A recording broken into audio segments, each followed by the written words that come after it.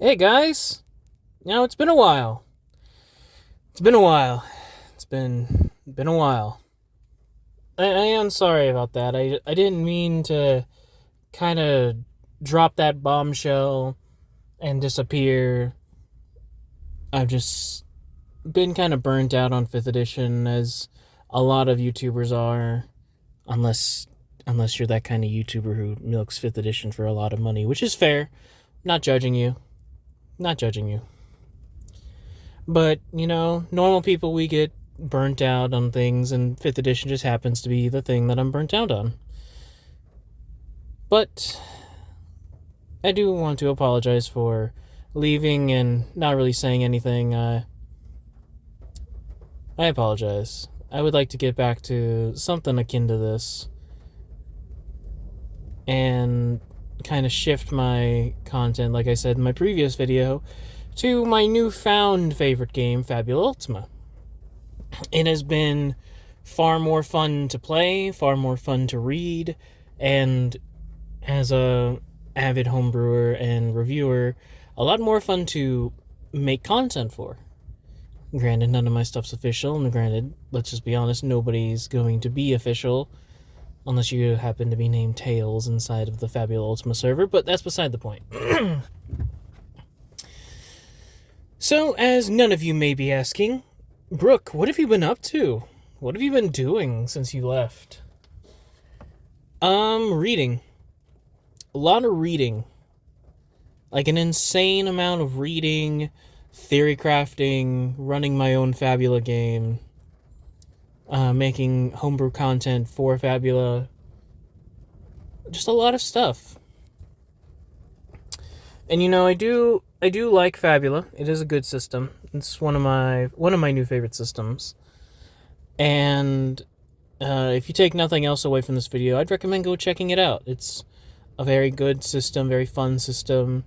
I'd recommend getting as much of the content as you can, as it has changed quite a bit from its initial core rulebook release.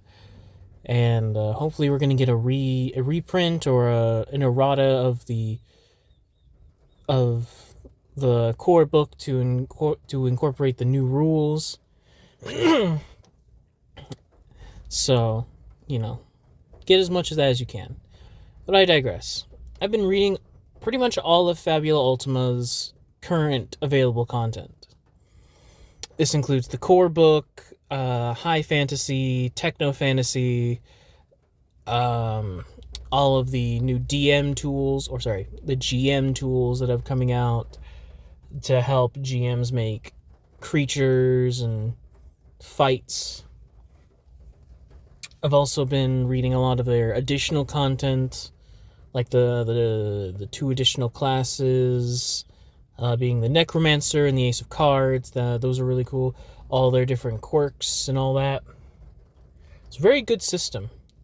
I've just been reading a lot of it, trying to figure out everything I can about the system and its current game balance. And I will say it is a lot more of a different beast than 5th edition. 5th edition was very... the best way I can describe it is, with 5th edition homebrew and 5th edition as a system was kind of just throw shit at a wall until something sticks.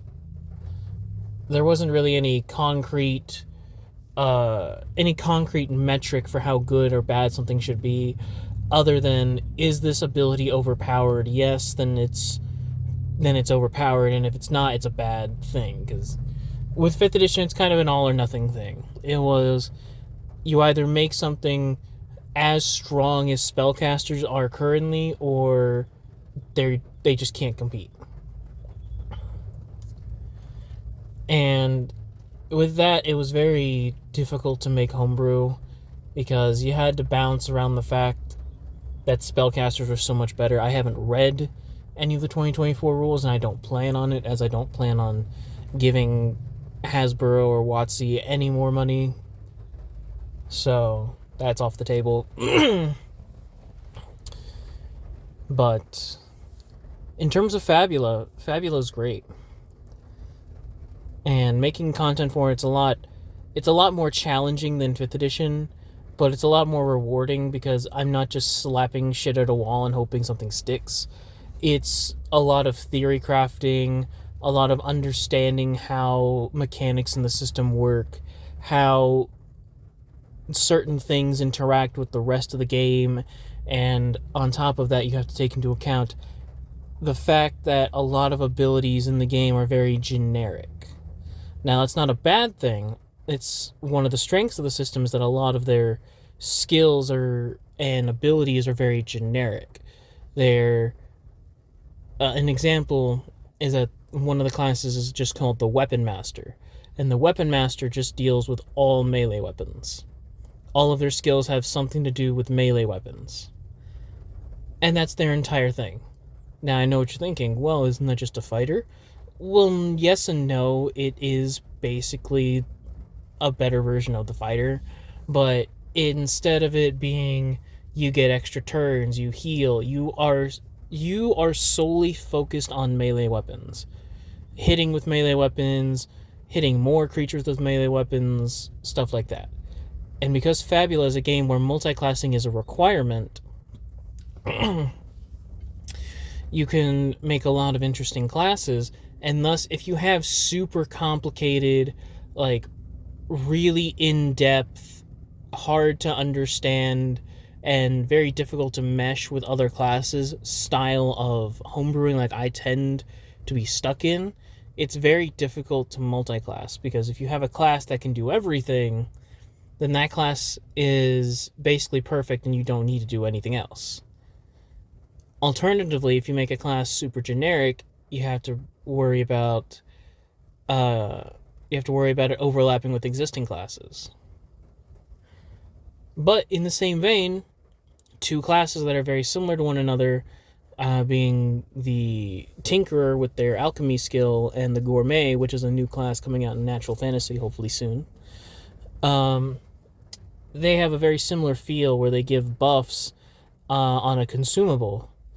And the difference is that the Alchemist is random and the Gourmet can actually choose. And so it's two very similar mechanics of granting buffs and debuffs through a consumable, but it's a matter of, do you want a random, more powerful effect, or do you want a guaranteed less powerful effect, but it has multiple layers to it?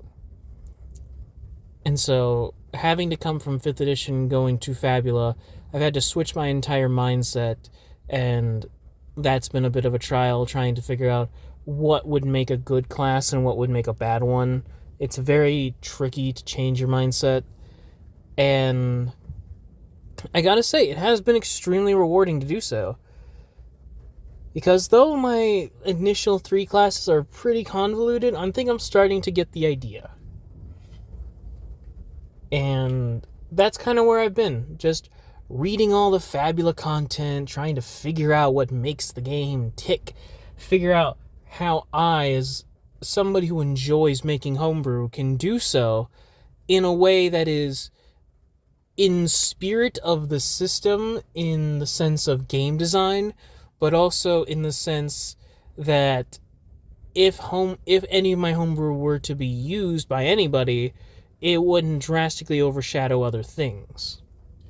And that has been trouble. That has been a bit of a trip for me. But I think I'm finally ready to fully engage with my channel again, and share my thoughts.